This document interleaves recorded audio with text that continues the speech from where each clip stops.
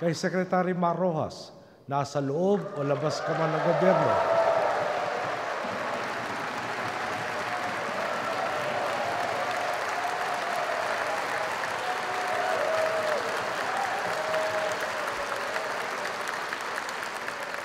nasa loob o labas ka man ng gobyerno, hindi tumigil sa panlalait sa iyo ang mga kalaban ng daang matuwid.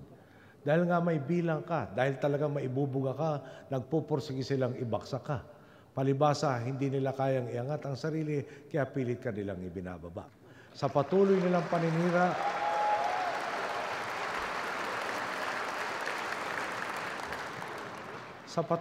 paninira, ang mga kritiko mo na rin ang nagpapatunay na takot sila sa angkin mong integridad, husay at kahandaan sa trabaho. Mar, pinatutunayan mo, you can't put a good man down. Tulad ng pagtitiwala.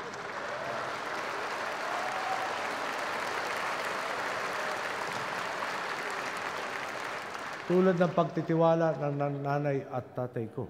Magtiwala kang alam ng taong bayan kung sino ang tunay na iuna ang bayan bago ang sarili.